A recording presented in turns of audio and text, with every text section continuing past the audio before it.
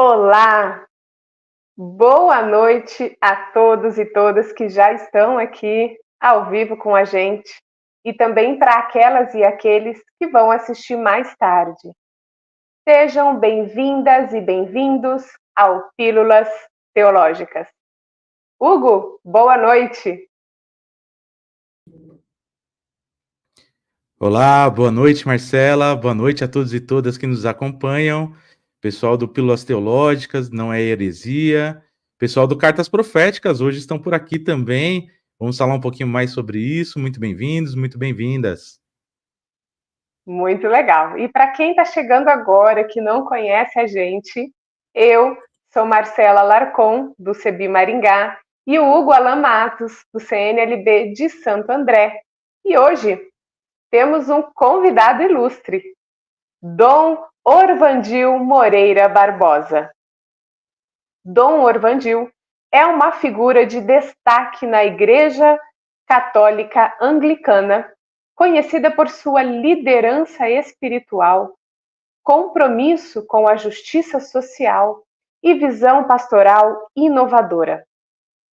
Como bispo, ele tem se dedicado a promover um diálogo aberto e inclusivo dentro da Igreja e com outras tradições religiosas, sempre buscando a construção de uma sociedade mais justa e fraterna.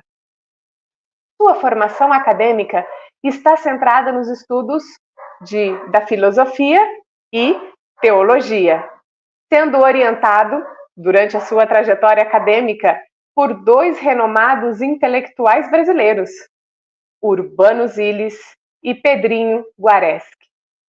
Dom Orvandil, muito obrigada por aceitar o nosso convite e estar... Desculpa, cachorro. E estar aqui hoje batendo um papo delicioso com a gente, não é isso, Hugo?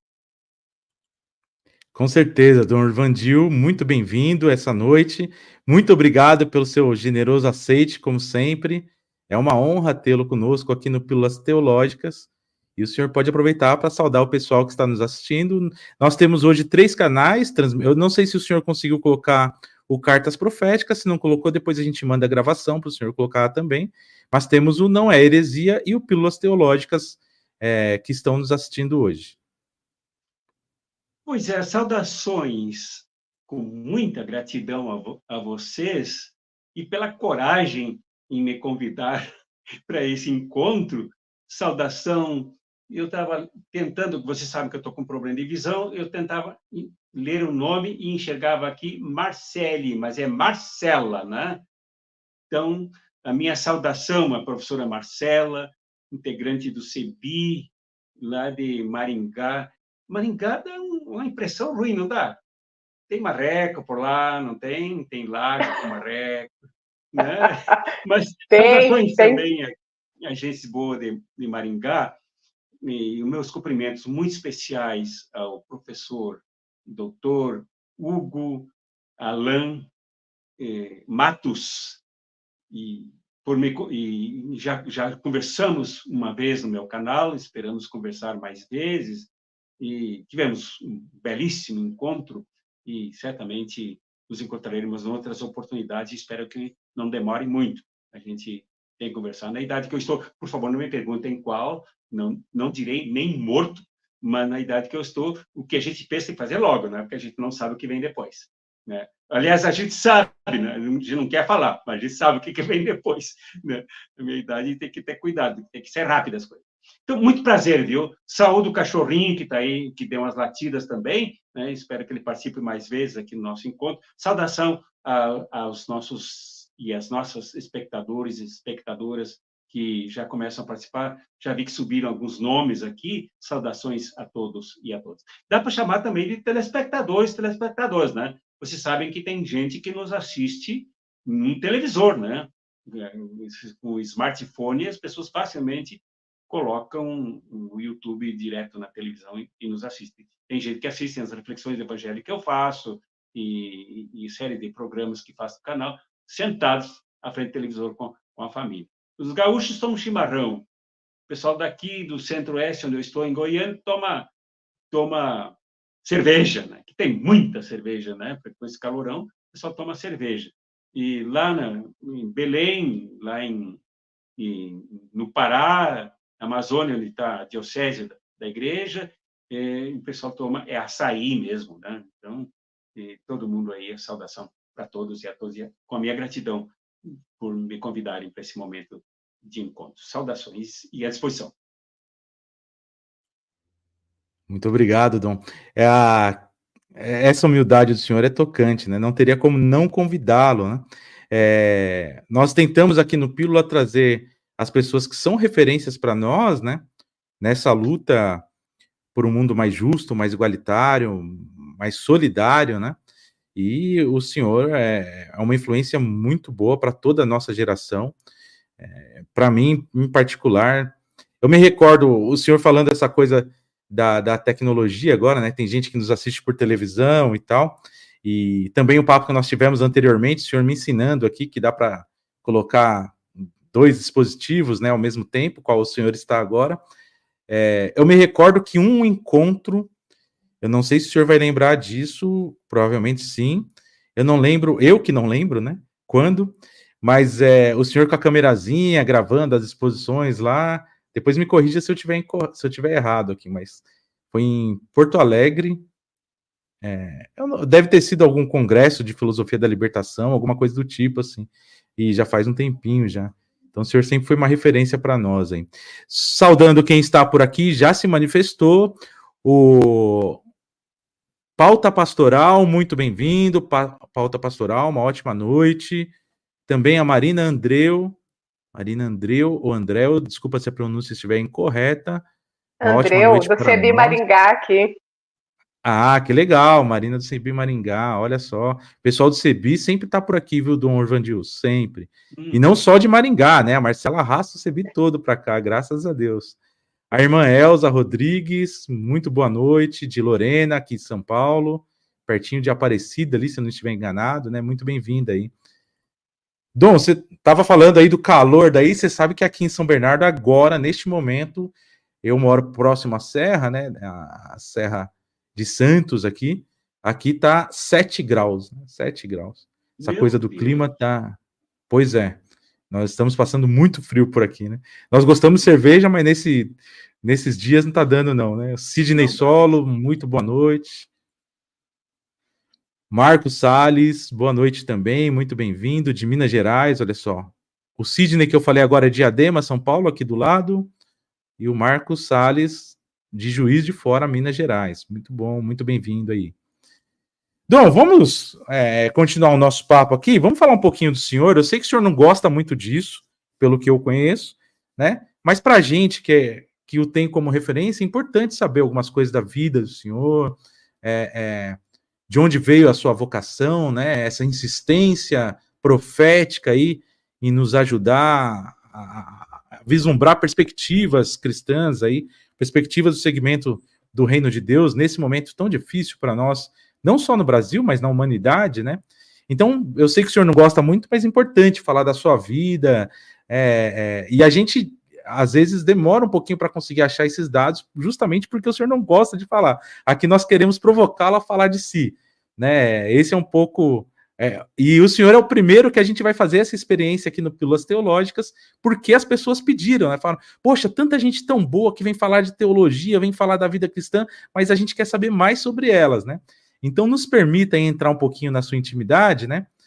E fala um pouquinho para a gente a sua história, né? De onde veio a sua vocação, como que o senhor começou? O senhor já entrou na igreja anglicana? Fala um pouquinho logo após Certo. da igreja anglicana também, etc. Tá. Então, para começar, eu... Estão me ouvindo bem? Agora eu estou achando o retorno baixo. Estamos ouvindo Mas, muito bem.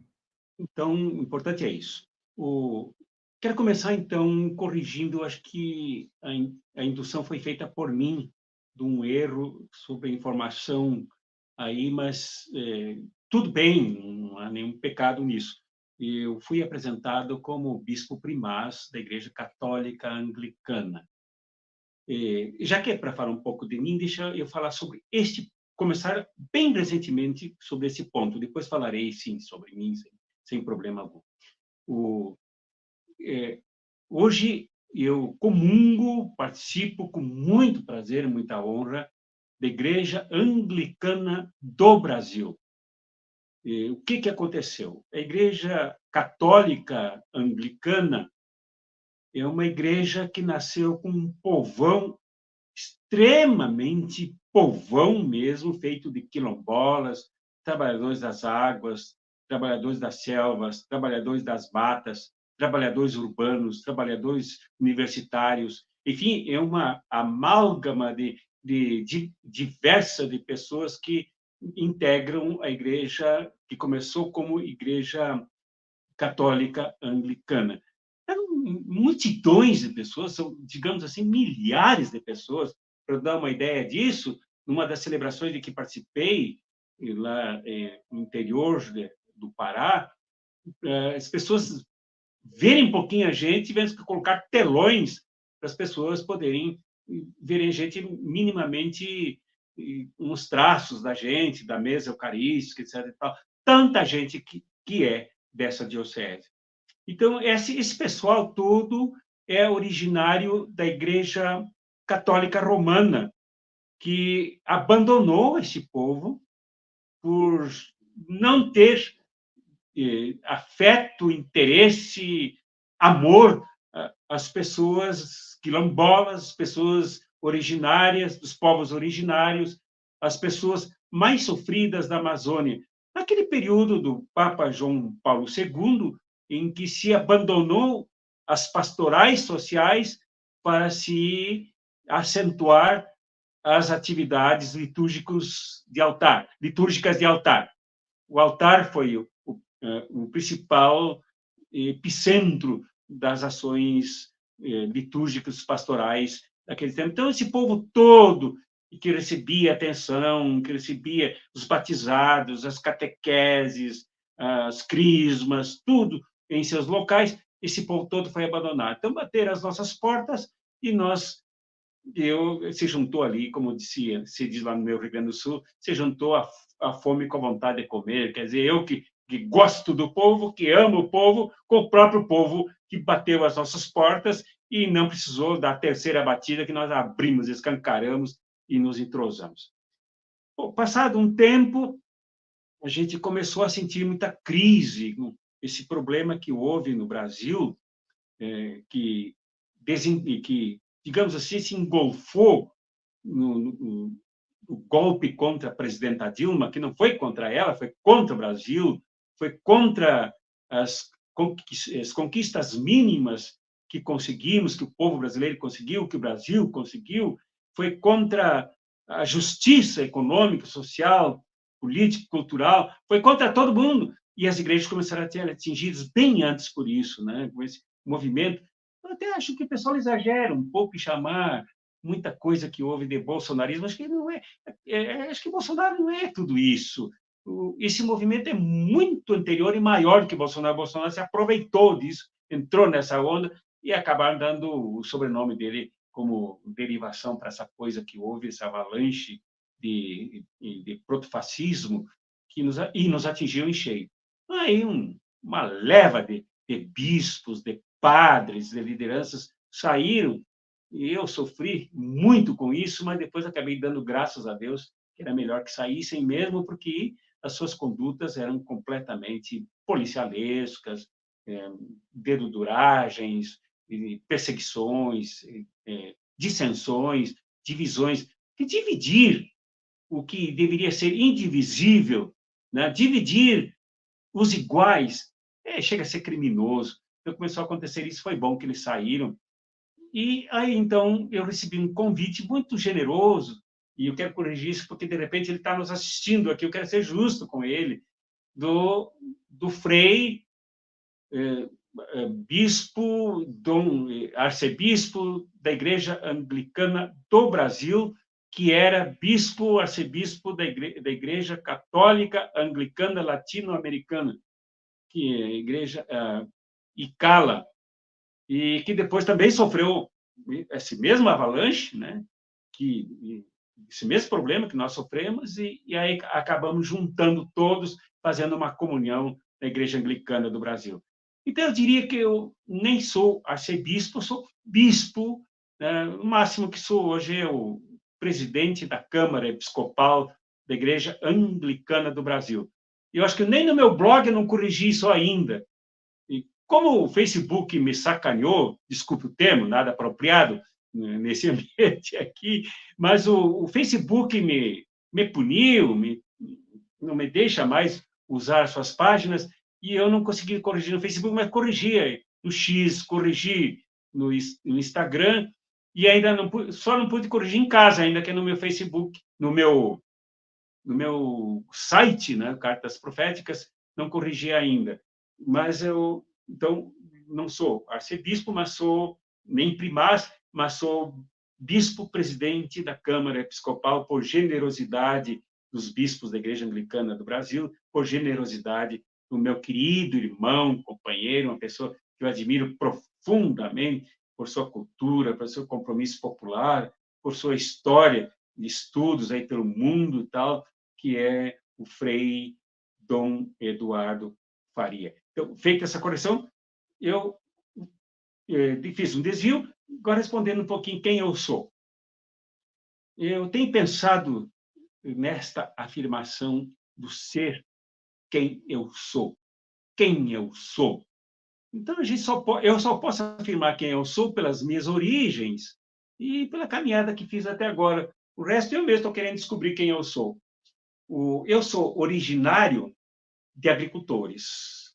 Eu comecei a trabalhar com trator, não podia lavrar, né, porque o golpe na direção de um trator, quando se faz a primeira lavratura, é muito pesado e muito forte para os bracinhos de uma criança. Mas eu comecei a dirigir trator para segunda descagem diante da terra com 7 anos de idade. Comecei no colo do meu pai, e a criança que convive com quem trabalha aprende logo a fazer o que o seu pai e a sua mãe, trabalhadores, fazem. Eu aprendi a dirigir trator bem antes dos 7 anos, mas com 7 anos eu já me habilitei para dirigir trator. Mas com 4 anos, portanto, antes, eu fui a uma cerimônia que era o casamento do meu pai e da minha mãe. E o casamento foi oficiado por freis franciscanos da minha cidade, em Alegrete, que era cuidada as pastorais, a matriz, as paróquias todas, capelas, missões, da igreja cuidadas pelos freis franciscanos. Então, foram 2 deles celebrar o casamento dos meus pais, e batizados e tal. Quando eles entraram no galpão preparado para isso, galpão onde se guardava trator, trilhadeiras, enfim, tonéis de óleo diesel, tudo que é da lavoura. Naquele canto, quando eles entraram, o portão estava aberto, era, acho que primavera, o céu azul, eles entraram e eu enxerguei o céu azul por detrás deles. Eu não sabia o que era padre, eu não sabia o que era franciscano, eu não sabia por que aquelas roupas marrons, não sabia absolutamente nada. Mas quando eles entraram, com 4 anos de idade, eu senti um arrepio tão profundo, tão grande, tão misterioso, que eu disse, mas que coisa! Eu quero ser isso aí. Eu quero ser isso aí que esses homens são.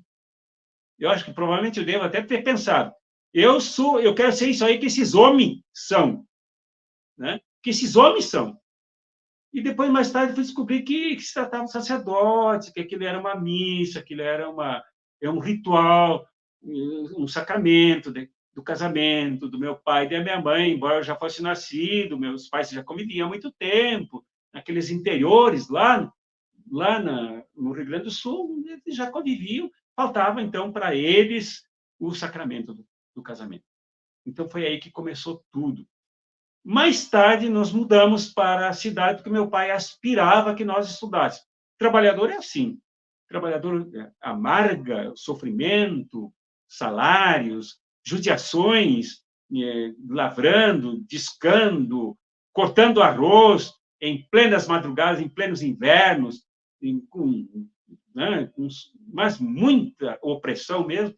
Eles aspiram o melhor para os seus filhos, eles querem que seus filhos estudem. E nos mudamos para a cidade.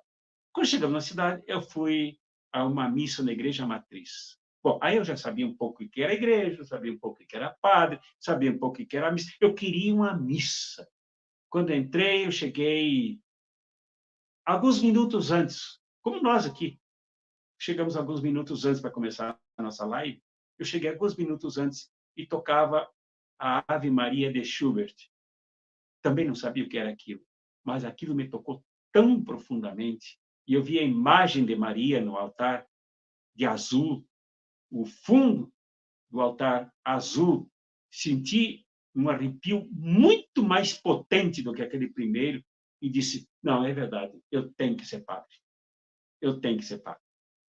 Mas aí tem outras histórias no meio que talvez entrem em detalhes, aí vai cansar a nossa audiência.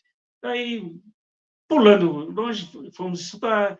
Mais tarde, eu ganhei a bolsa de estudos, fui estudar numa escola americana que ficava distante dali, em Uruguaiana, e ali foi se fortalecendo a minha vocação, mas ali eu fui começando uma experiência nova com a igreja metodista. E nesse ambiente fui aprofundando a minha fé e tal, mas com aquele vazio. Faltava era o sacerdócio.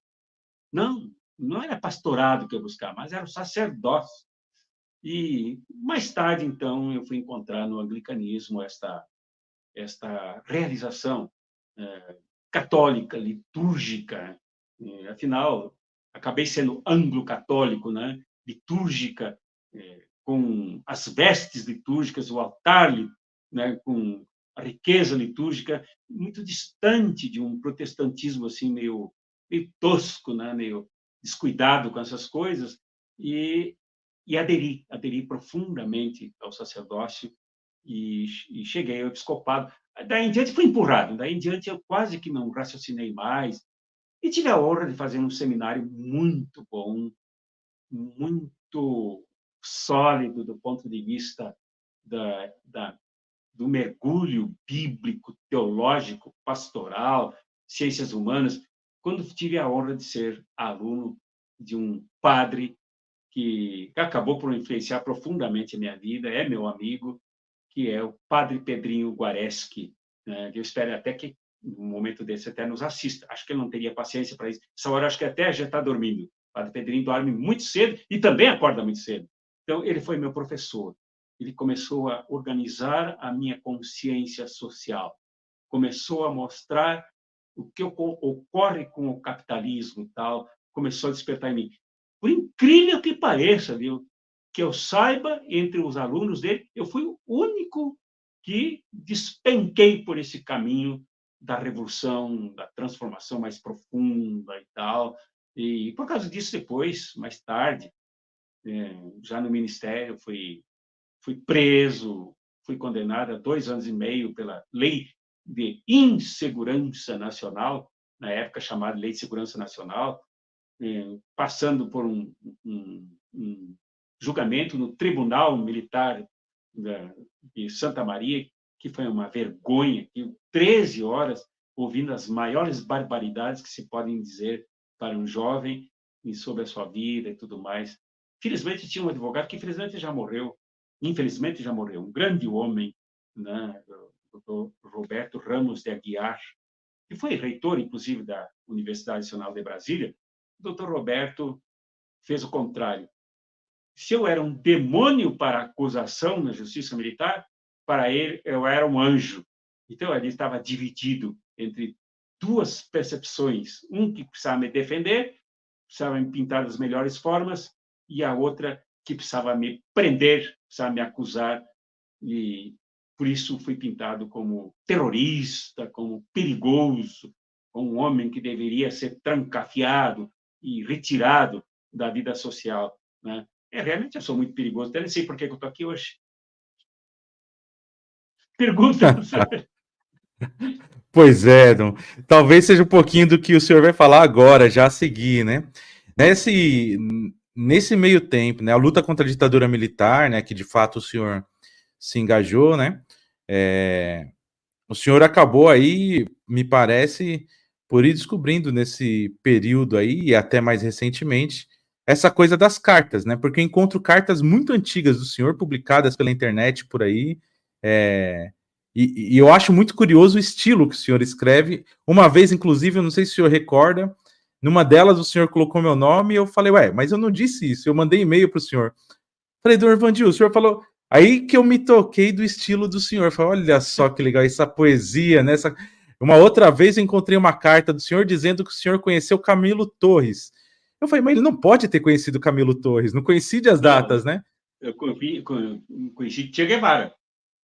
Sim, então, mas aí, uma das cartas, o senhor fala do Camilo Torres. Só que daí eu me toquei depois, ao ler a carta, ao meio da carta, o senhor fala, esse homem que nos... Então, quer dizer, o senhor chama a atenção por esse estilo poético e, às vezes, né, eu acho muito interessante. E o senhor, isso era uma comemoração do aniversário de Camilo Torres, o senhor falando das virtudes dele e tal, e o senhor falou como quem tivesse conhecido, de fato, ele, o que é muito interessante, assim. Então, essa coisa das cartas proféticas, né? Isso tem uma noção de cristianismo aí, né, engajada. Quem que é esse Jesus Cristo que o senhor segue e por que o senhor tem optado por esse segmento dessa forma, né? Bom, então vamos começar pelas cartas proféticas. Uma vez eu morava em Campo Grande, capital do Mato Grosso do Sul, dava aula numa universidade grande que tem lá, enfim, e participava dos movimentos sociais, da coordenação dos movimentos sociais no Estado. E, num determinado momento, soube-se que ali adiante, uma cidadezinha ali próxima, chamada Hidrolândia, se não me engano, e me perdoem se eu errar o nome, porque aqui perto tem uma cidade chamada Hidrolândia, uma fábrica de bebidas, né?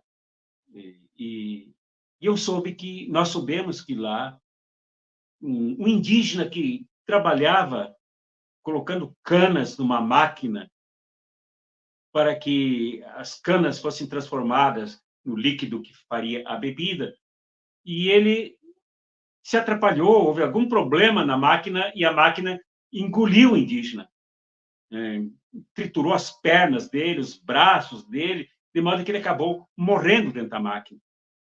E então, na coordenação, nós decidimos que faríamos uma caminhada até o local e abraçaríamos a empresa, exigindo justiça na apuração das culpas e dos culpados e de justiça para a família, dando para a família o que ele deveria ganhar pela vida toda, pagar a família, né, indenizar a família. E os caras deram um caixão para o sepultamento dele, mas cortaram as pernas, que restavam das pernas, e os braços, para que o cadáver diminuísse mais e o caixão saísse mais barato. Mas aquilo foi uma coisa tão chocante. Aí eu pensei, eu vou escrever uma carta sobre isso. Mas aonde eu vou colocar essa carta? Naquela época eu não sabia o que era a internet, não sabia nem chegar perto do negócio desse. Aí eu pedi para um amigo lá, e ele disse assim, cria aqui um site rapidinho aqui. Cria aqui um site, o Blogspot. Aí abrimos um site e eu escrevi a carta. Escrevi a carta sobre a situação do indígena, que na época até me lembrava o nome dele. E denunciei, e a carta ficou lá. Eu disse que isso não vai dar em nada. Aí fui numa grande mobilização que houve na CUT, com as coordenações, com os movimentos sociais e tal. E lá, pelas tantas, terminou, e vem um senhor de bengala e me pergunta, o senhor é o padre Orvandilo, aquele que escreveu uma carta sobre os indígenas? E eu contente, achando que ele ia me saudar e tal, até me abraçar. Disse, sou. Então ele começou com a bengala em mim. E isso é um absurdo, isso é uma... Como é que o senhor diz uma coisa dessa? Não foi nada disso, eu sou o dono da empresa. Eu digo, mas o senhor veio aqui para me surrar? O senhor sabe que o senhor está cometendo um crime aqui contra mim, né? E dele bengala em cima de mim. Enquanto eu apanhava de bengala, eu pensava, não, mas então esse negócio funciona. Eu vou continuar com esse blog. E o nome do blog que eu coloquei foi esse, cartas e reflexões proféticas. Porque a denúncia que eu fazia era numa perspectiva profética. Porque profecia, ao contrário do que muita gente pensa aí, é denúncia. Denúncia contra a opressão, denúncia da causa das opressões, denúncia da violência da aliança, denúncia com novas alianças construídas espuriamente contra o povo. Tal.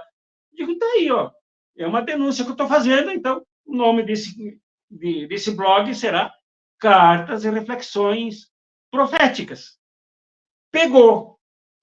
Mais tarde, quando houve aquele episódio do Mensalão e tal, Joaquim Barbosa, aqueles absurdos, prendendo os nossos amigos, sem provas, genuínos, Zé Dirceu, etc. e tal, eu fui lá para o meu blog e escrevi uma carta sobre as três traições de Joaquim Barbosa. E as três eram traição à classe trabalhadora, porque ele é filho de pedreiro e de lavadeira. Traição racial, porque ele é negro, descendente de escravos. E traição à justiça, porque usou a justiça para criminalizar patriotas brasileiros que lutam pelo povo brasileiro. A carta foi parar na primeira página em destaque do começante site Brasil 247. Ninguém segurou. E dali em diante, o mundo todo copiou a carta. Todo mundo copiou a carta. O mundo aqui não é a palavra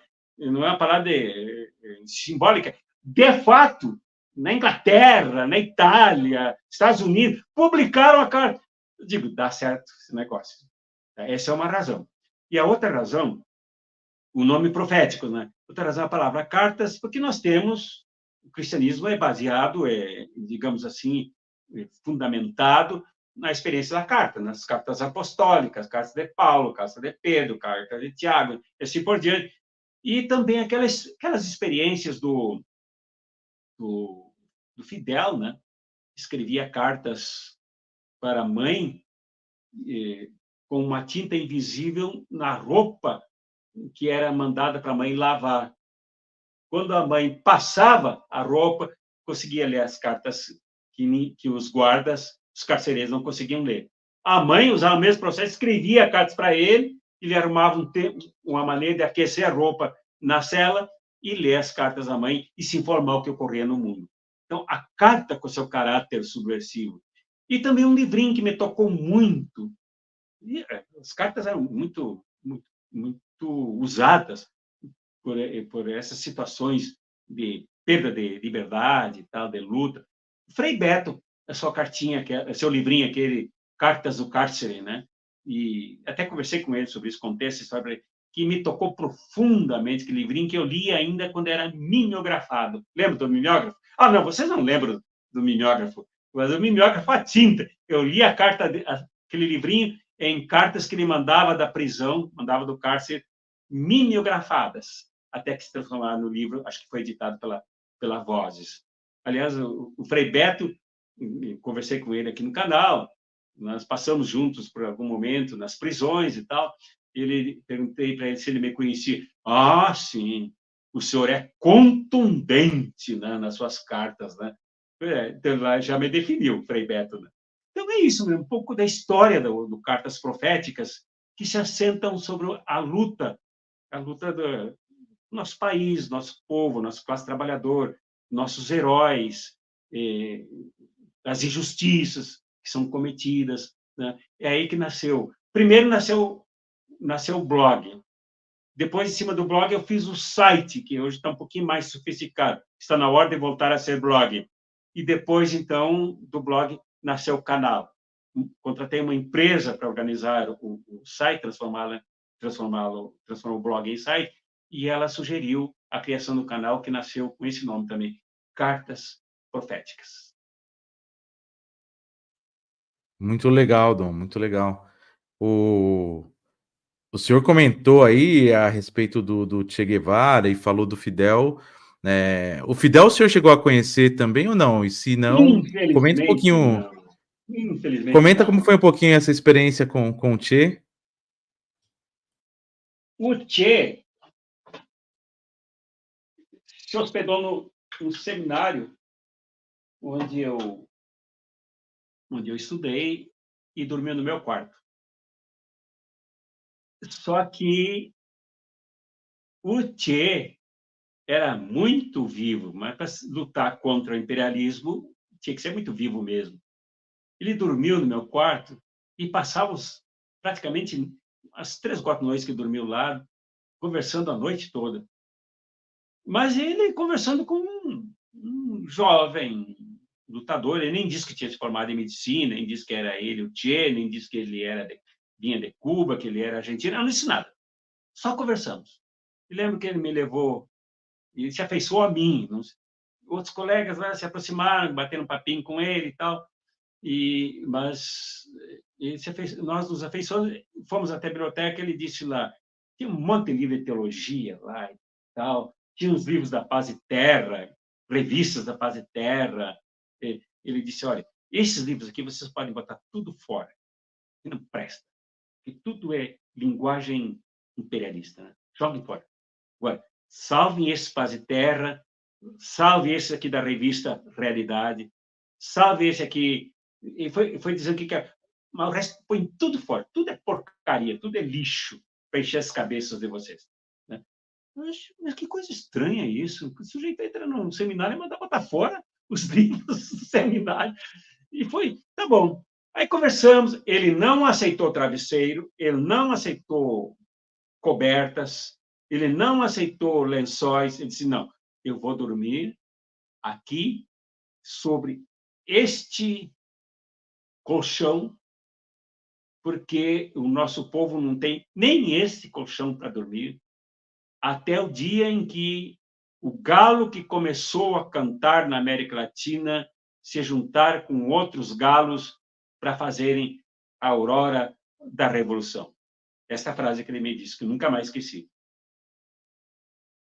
Dias depois, se não uma semana, o diretor disse, vocês sabem quem esteve aqui? Quem esteve lá no teu quarto, Orlando? Eu digo, não. Quem esteve aqui... Aliás, nem ele sabia. Quem esteve aqui foi Ernesto Che Guevara. Rapaz, eu não me lembro se eu não desmaiei. Mas eu tive a honra de conversar com este homem, de aprender muito com ele, com as aulas que eu tinha com o Pedrinho e com a conversa que eu tive com ele, meus horizontes começaram a se abrir para enxergar esse mundo que não é perceptível, não é dado a muitas consciências que se fecharam graças à exploração capitalista, imperialista e tal. Mas eu tive esta honra de conversar com esse santo profeta. Pena que não dá para escrever nem uma carta para ele agora.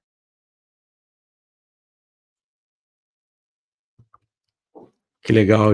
Emocionante experiência, hein, Dom? Emocionante.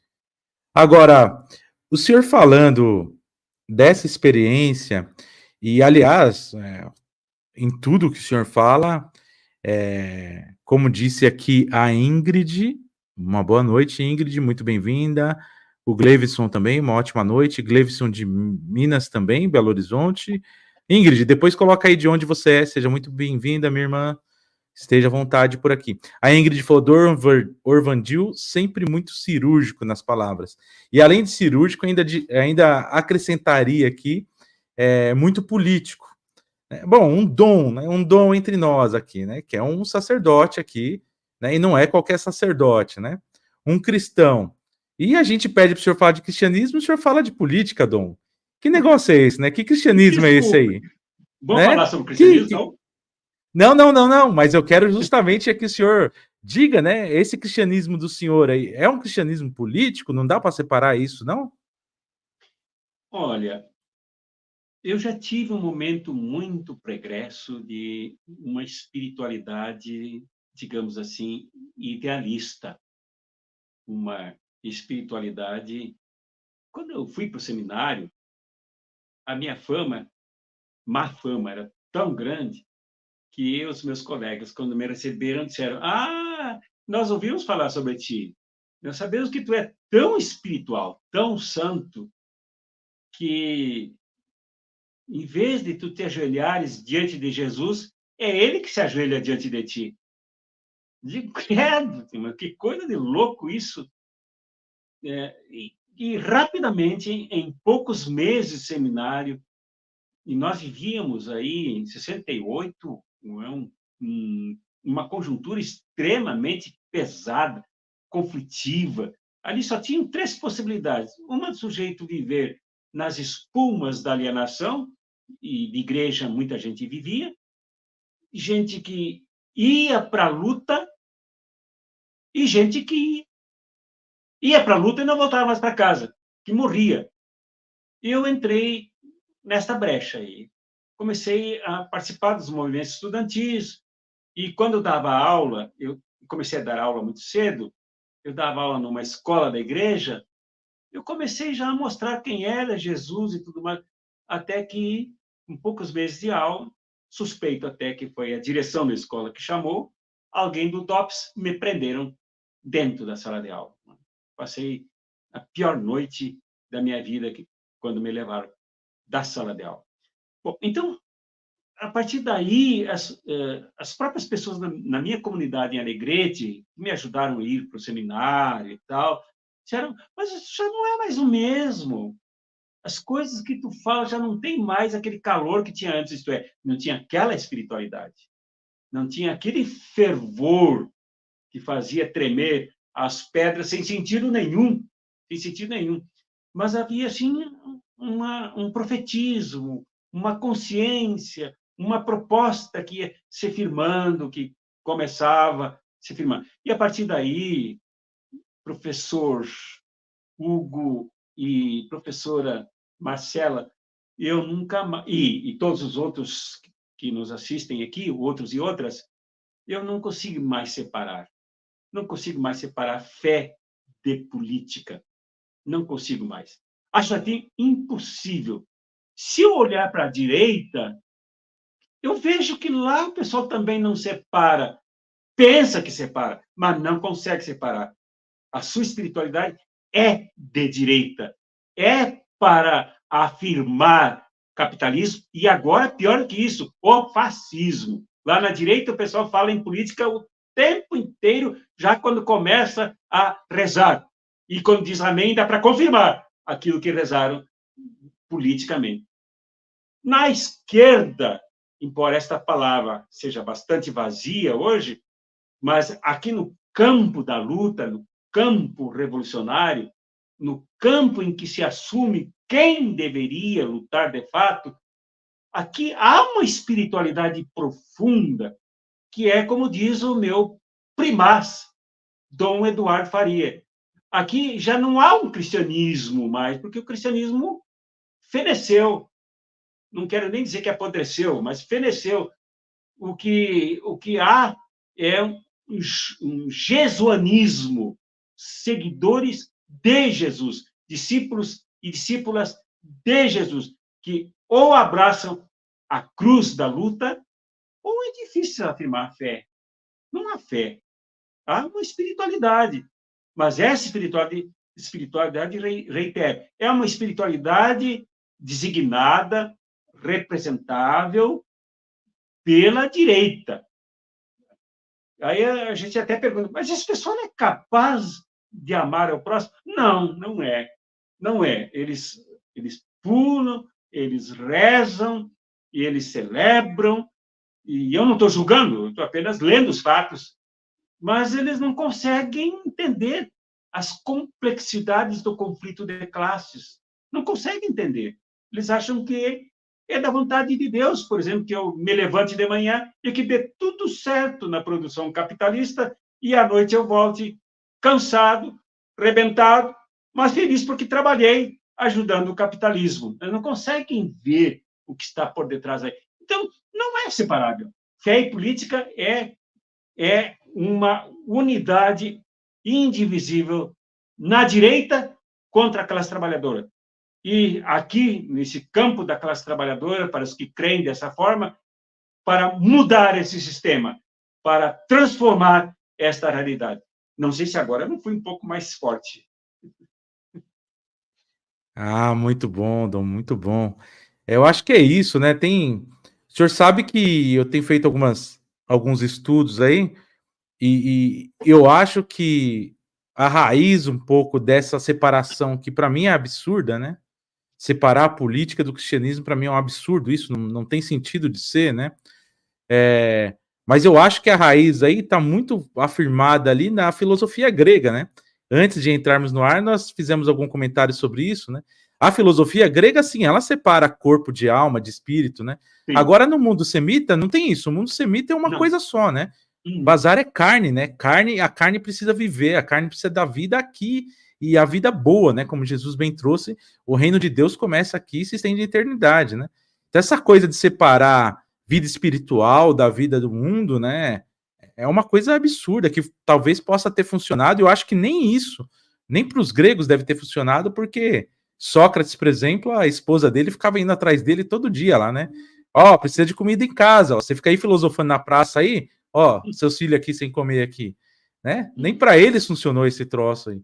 Platão, quando foi tentar fazer a república dele lá, que era a República dos Filósofos, fez uma desgraceira lá, né? Não conseguiu levar nada para frente porque as ideias não estavam no chão, né? Não tem sentido, né?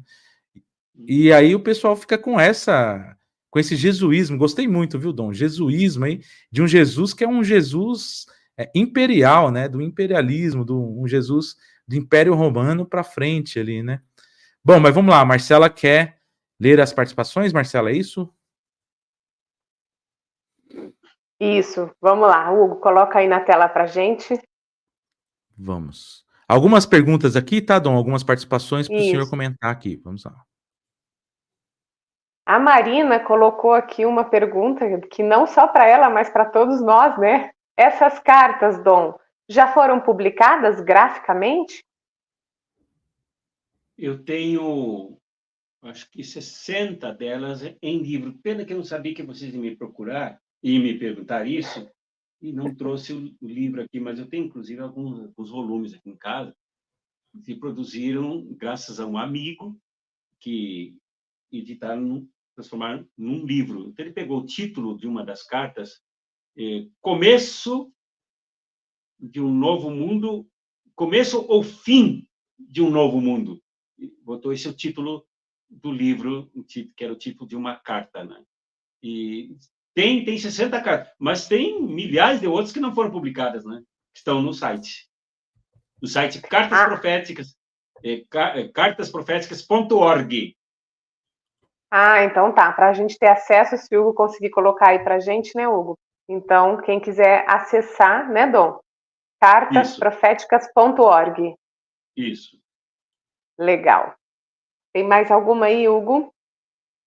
Alguma pergunta dos nossos? Quem está acompanhando sim, aqui vamos com a lá. gente? Dom Orvandil, da Pauta Pastoral. O que falta à juventude hoje para se assemelhar à juventude lutadora do seu tempo?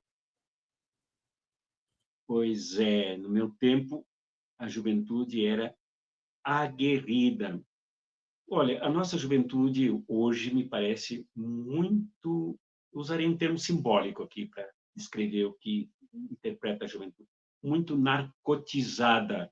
Não estou falando do narcótico químico, mas da ideologia. A juventude, por exemplo, vejam, as manifestações de 2013 foram essencialmente com a juventude. O tal de passe livre ali, que não era, acabaram por ser questionados, aquelas manifestações questionadas, e depois se fazia uma pergunta, não é só por 20 centavos, seu imbecil, né? Era por tudo mais. Essa juventude tinha o seguinte discurso, de que o sistema faliu. E depois, então, a direita tomou o cabresto daquela situação e passou a comandar. Daí nasceu o MBL, Movimento Brasil Livre, que talvez tenha movimento, mas de Brasil não tem nada, e de liberdade, muito menos, né?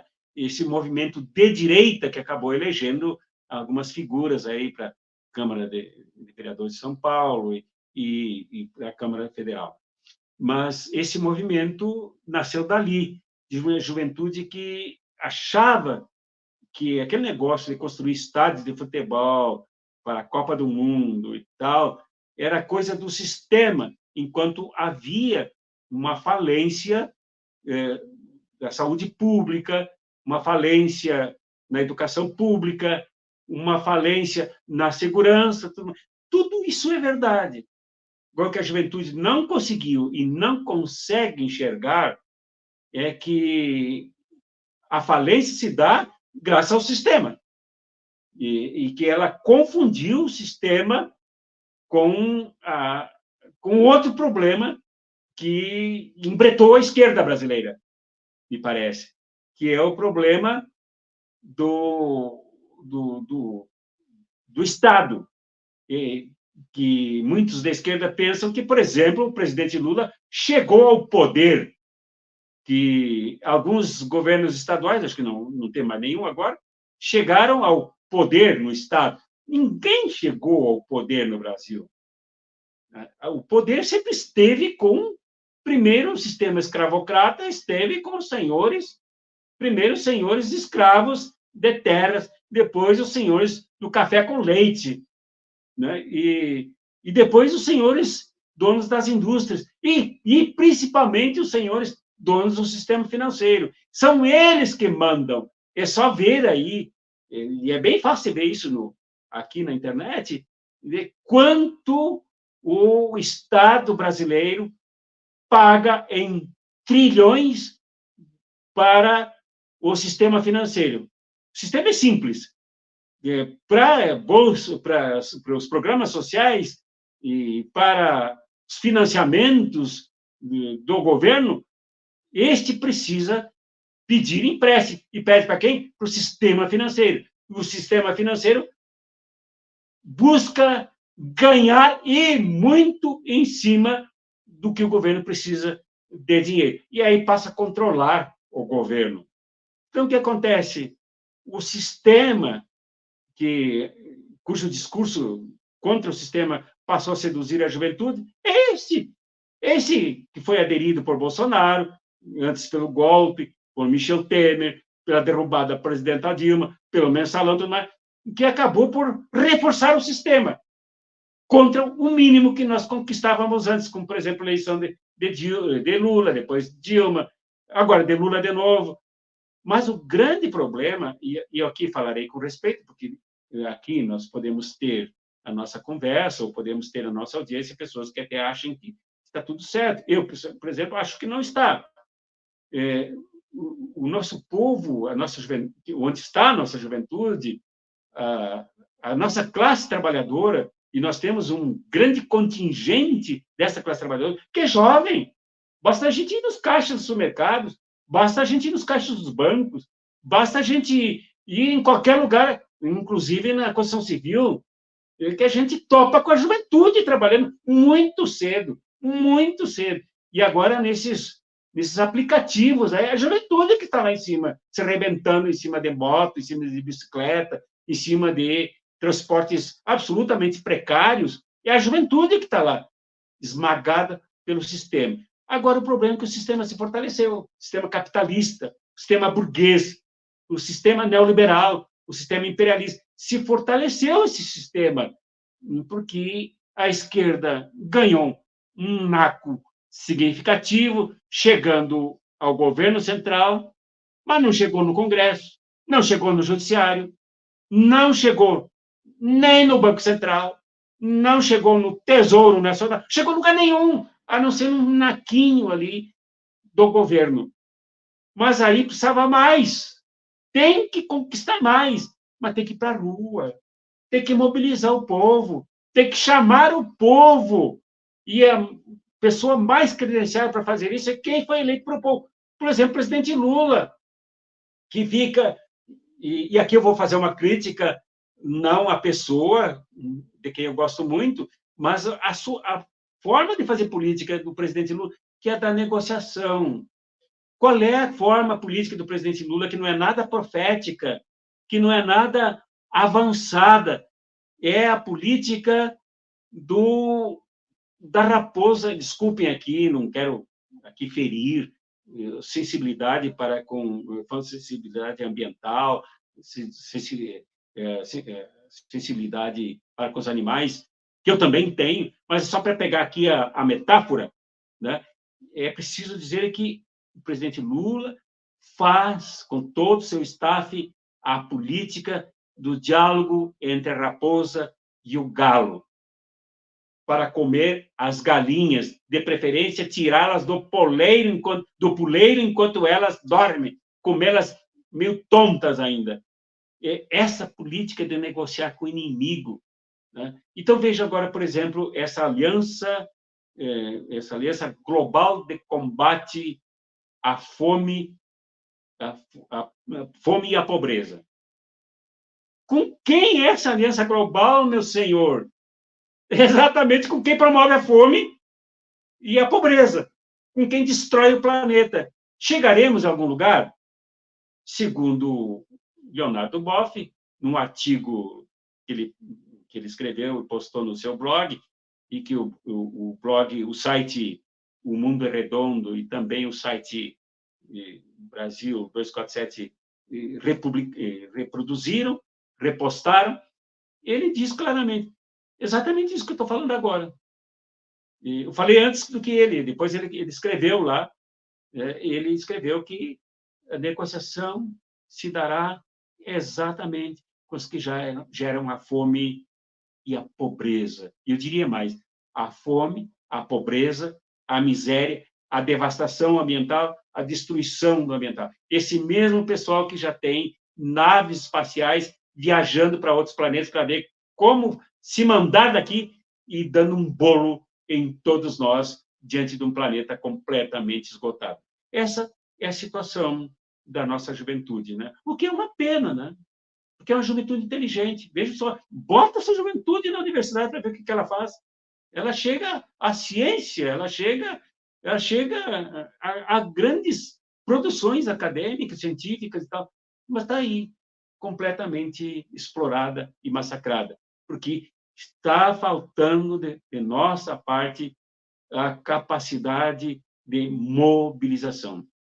Eu estou mais tranquilo porque eu estou fazendo uma parte que eu não posso divulgar muito aqui ainda, né? Não posso divulgar, mas estou trabalhando com um movimento que está buscando a juventude e está buscando os trabalhadores e trabalhadoras, inclusive que estão encalacrados nas religiões. Não estou falando só nas igrejas, nas religiões de maneira geral. Estou mais ou menos com a consciência tranquila, mas que não pode parar, senão ela se intranquiliza de novo. Dom, voltando um pouquinho aí, pegando o gancho com isso que o senhor acabou de falar sobre mobilização, né? Uma coisa que me incomoda um pouco, e veja bem, vamos deixar claro que não é que eu sou contra, tá? Muito pelo contrário, mas eu acho que hoje, a partir da realidade minha, tá, Dom? O que eu vejo é muita oração dentro das igrejas e pouca ação, pouca mobilização para a ação, entendeu? Então só fica rezando, orando, e aí só fica essa relação, né, pessoal, particular, minha com Deus, mas a minha relação com o meu próximo, com o meu irmão, com o meu vizinho, com a minha cidade, com a minha casa comum, né, o mundo todo, isso está esquecido, parece que está ficando cada vez pior ou cada vez mais escasso. É isso mesmo, Dom? É isso mesmo, e quem faz isso não conseguiu entender Jesus. Olha, o cristianismo primitivo, aquele movimento ali de Atos dos Apóstolos e tal, sofreu uma crise terrível, porque havia um segmento que queria integrar o judaísmo como uma corrente do judaísmo se firmando no templo, apesar do cristianismo primitivo ter começado depois que o templo foi derrubado, né? E não só o templo, mas Jerusalém toda, né? Nos anos 70, né?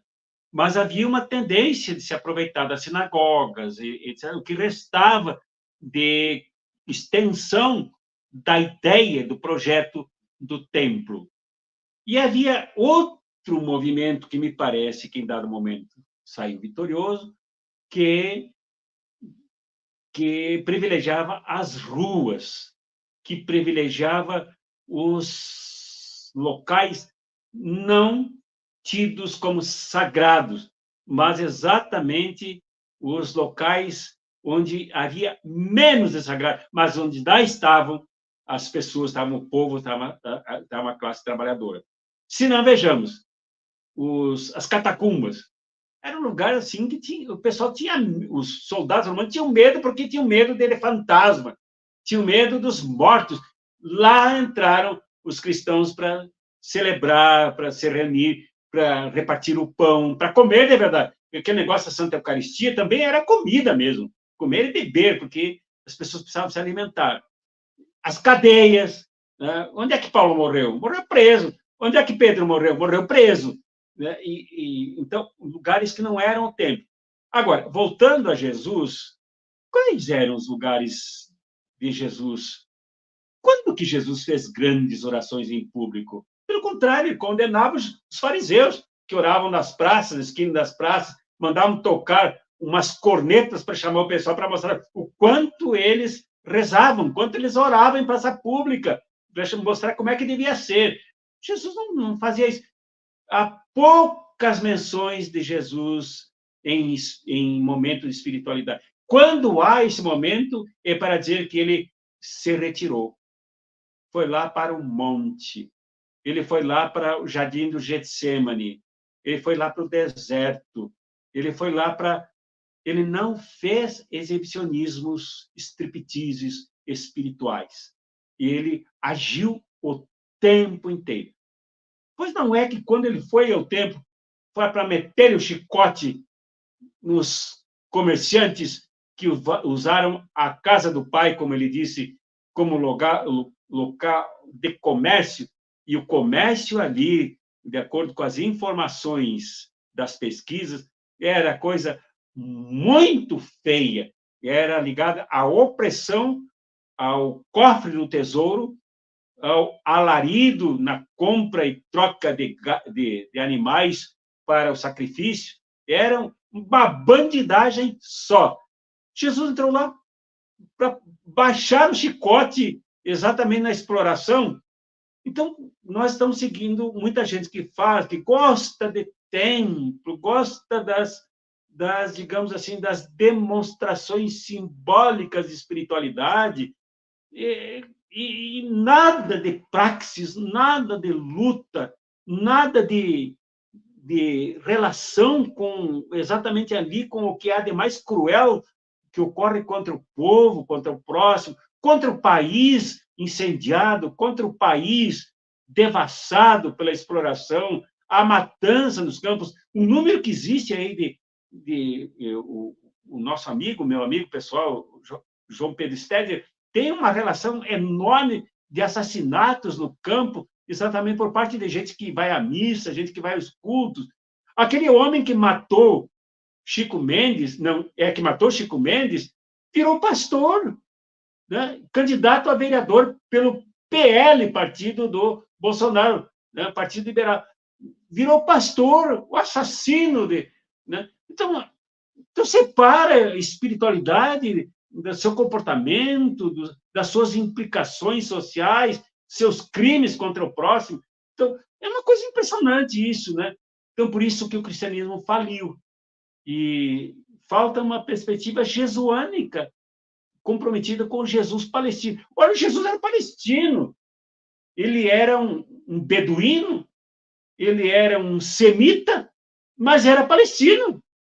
E começou exatamente, o ministério dele começou exatamente lá no núcleo do que é hoje a Palestina, na Galileia, onde as tensões eram mais conflitantes, onde há uma história de guerrilhas. Hoje as pesquisas arqueológicas descobrem túneis já usados, até aquele negócio lá do Hamas, que fez os túneis, copiaram lá dos tempos anteriores a Jesus, né, dos túneis para a resistência, para a luta armada contra o Império Romano.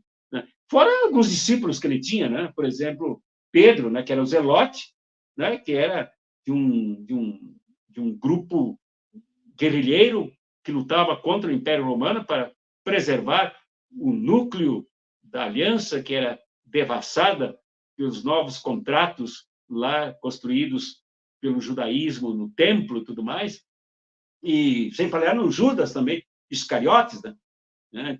Que é Iscariotes por causa do seu punhalzinho, Iscários, né?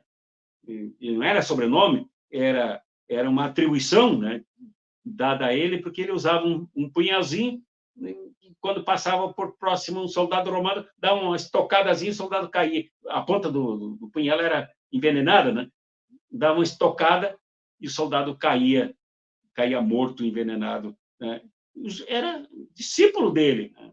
Nem vou deixar aqui, nem vou colocar aqui a traição, né? Porque a traição é uma coisa mais complexa, precisa ser examinada num outro debate. Mas é isso, realmente se criou uma cisão, como disse o professor Hugo aí, há alguns minutos.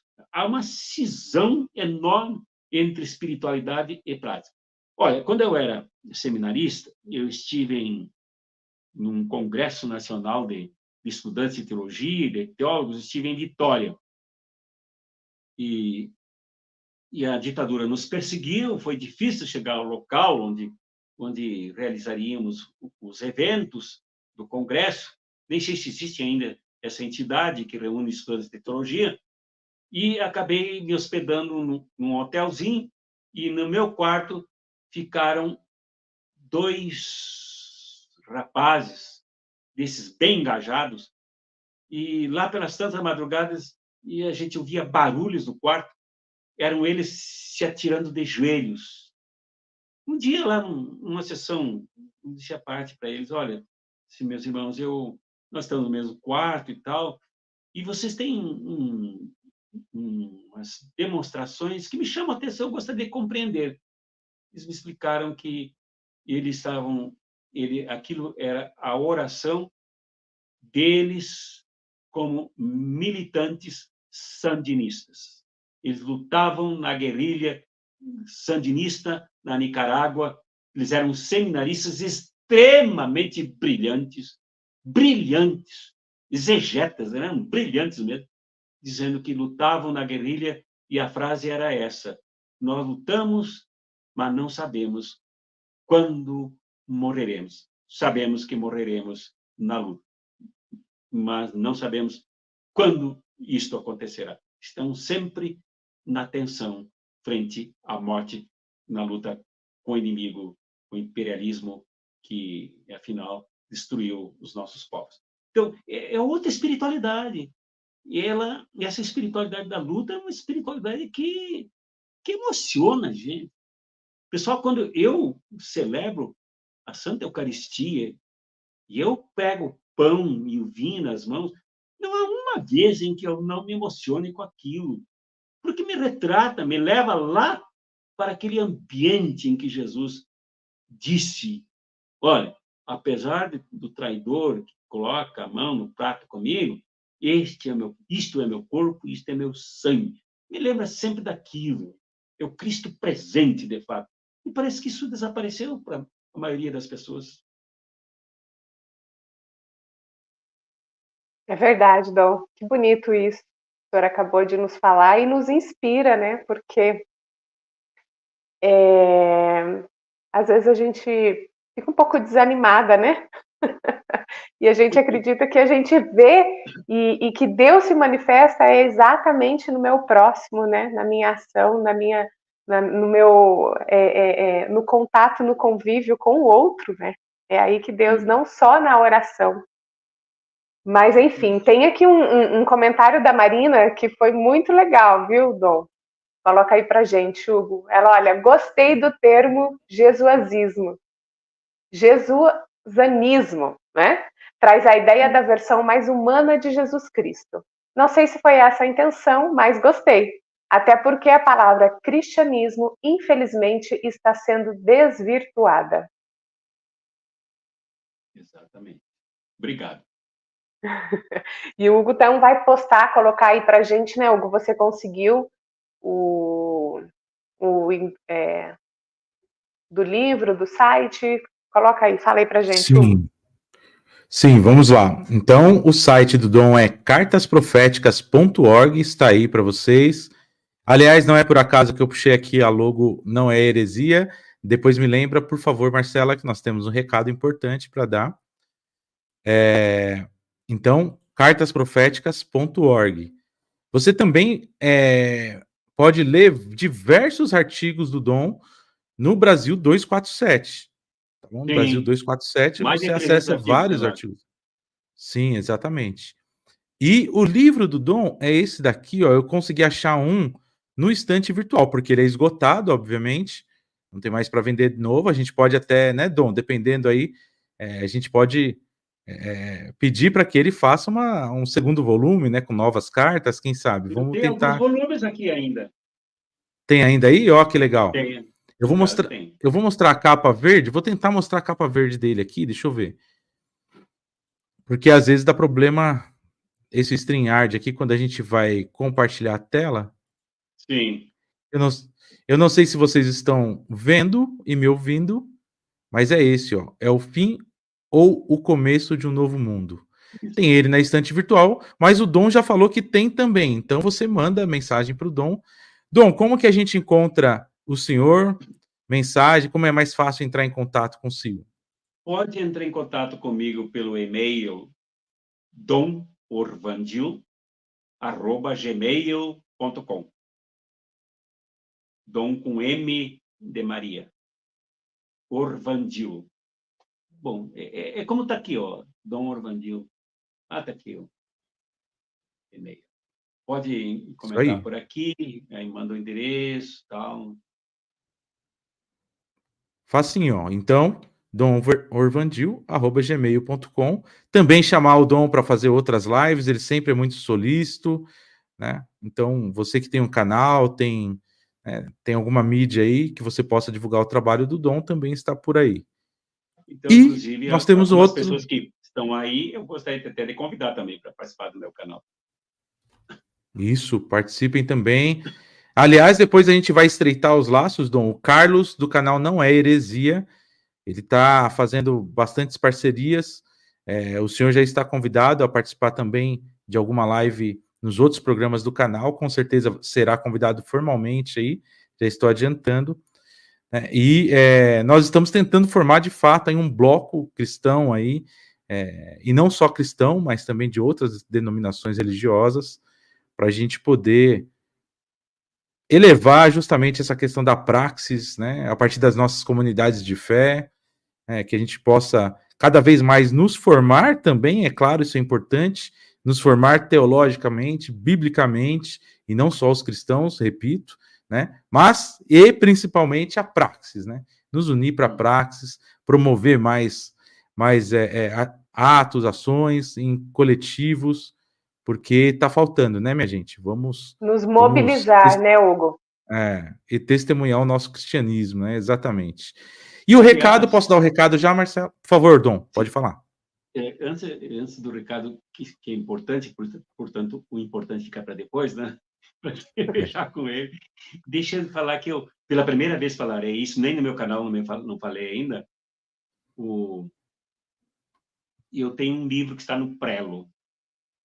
É história da minha vida, mas que eu não conto com o meu nome, romanciei a história. Né? Inclusive aparece lá o padre Pedrinho Guareschi, inclusive ele prefaciou o livro, e um amigo meu me pediu, mandei para ele gostou muito, né? E está encaminhando, evitando esforços para editar o livro. Se chama Raízes e Nuvens que Curam. Para entender por que esse nome, aí tem que ler o livro, não tem jeito. Muito bom, que boa notícia, Dom, muito boa também. Essa, com certeza, a mais importante de hoje. Muito legal. E, além disso, gente, como disse hoje na conversa que nós tivemos a Marcela, um pouco de desapego, né, que a gente tem que ter, mas também um pouco de carinho aí, que o Pílulas Teológicas ele vai mudar agora, né? Nós não teremos mais o canal do Pílulas Teológicas no YouTube, essa é a última live que vai ficar no canal do Pílulas Teológicas. Olha lá, Dom, Nós começamos uma nova fase e encerramos a outra com o senhor, e nós passaremos agora a ser um programa do canal Não é Heresia. Então, os próximos programas, nós seremos um programa dentro do canal Não é Heresia.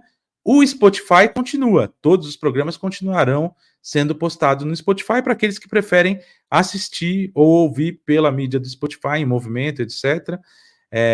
Então, vai continuar por lá. E o canal Pílulas Teológicas hoje é a última live. Então, foi um ótimo começo. A gente quer agradecer muito a vocês, a todos vocês, a todas vocês. Assinem agora, Não é Heresia, né? Inscrevam-se lá para receber, né, não só a comunicação dos próximos Pílulas, mas também a comunicação dos outros programas Não é Heresia. Teremos muitas novidades agora no canal Não é Heresia, formações, cursos, né, não só bíblico-teológicos, de formação pastoral, mas também avisos de eventos práticos, né, eventos da Praxis aí.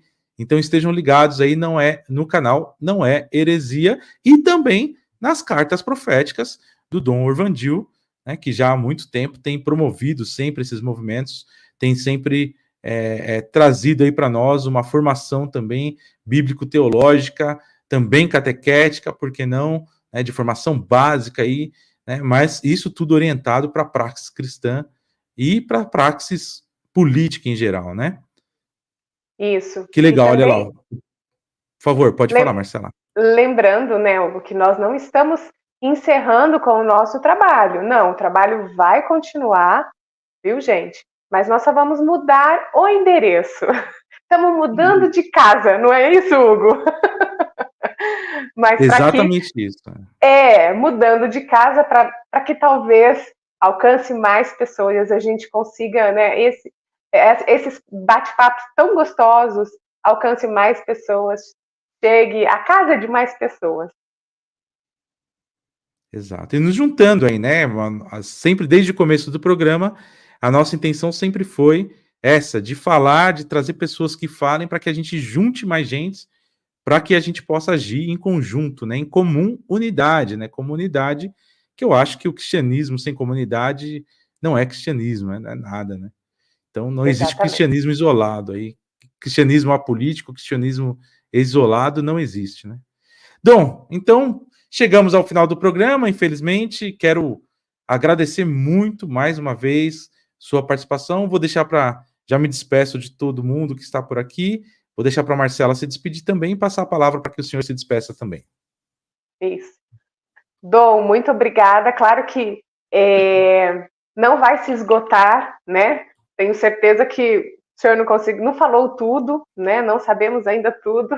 Mas que bom, quem sabe para uma próxima, né, Hugo? O Dom vem aqui nos visitar novamente, contar mais um pouquinho da sua história e da sua praxis, do seu trabalho, da sua luta, da sua mobilização.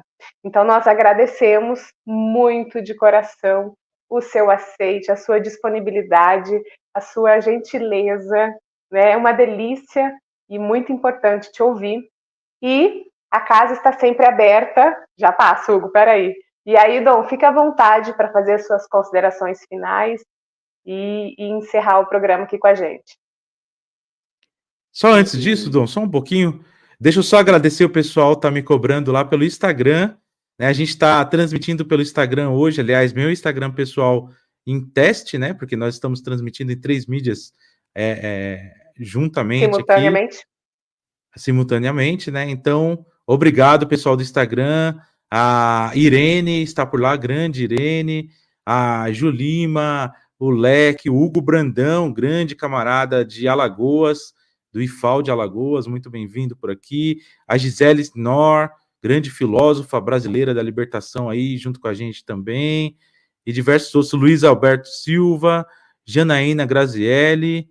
Enfim, muito obrigado, gente. Não vai dar para falar todos os nomes, infelizmente, mas muito obrigado a todos vocês que participaram também pelo Instagram por aqui. Dom, por favor, com o senhor. Muito obrigado. Eu é que agradeço, Marcelo, primeiro pelo prazer de te conhecer, de ver a tua simpatia, teu engajamento, a tua sensibilidade, a tua inteligência. É agradável hoje.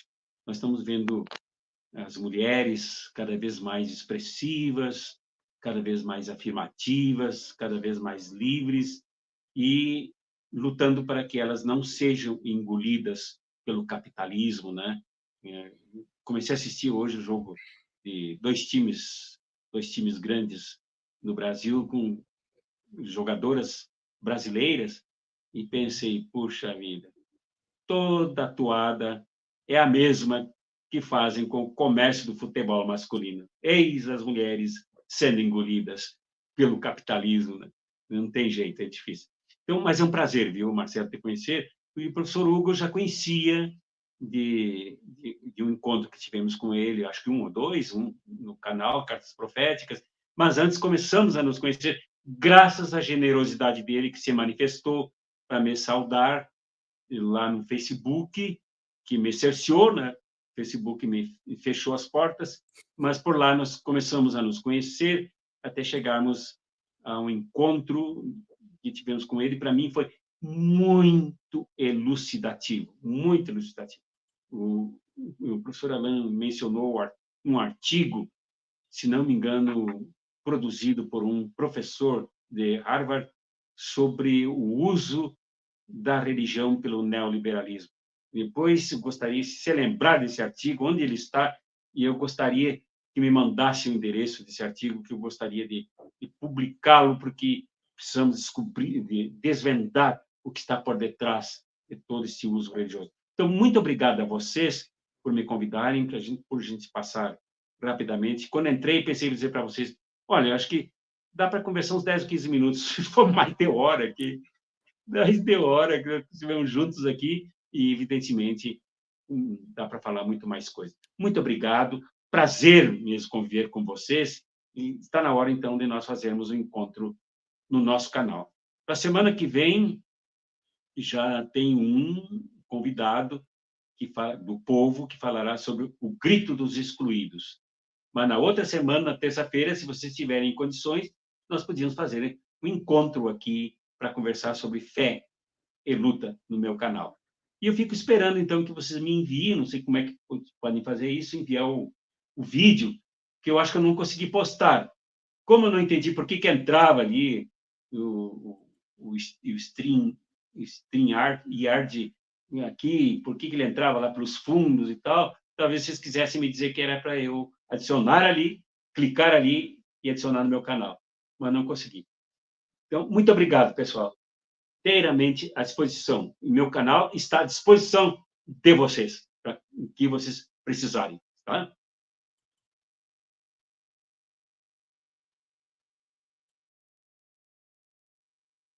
Gente, muito obrigada a todos que estiveram aqui presentes com a gente, participando, comentando, não só no YouTube, no Não Heresia, no Pílulas, no Instagram do Hugo, né? Então, nosso muito obrigada. Mais uma vez, vamos lembrar, né, Hugo, para não perder a... Curta, comenta, compartilhe com amigos, com mais pessoas, para que este seja um canal de bem, que leve para pessoas, para as casas, para as famílias, né? Que nós possamos levar essa praxis, esse entusiasmo. Muito obrigada, uma boa noite a todos e até. Paz e bem. Boa noite.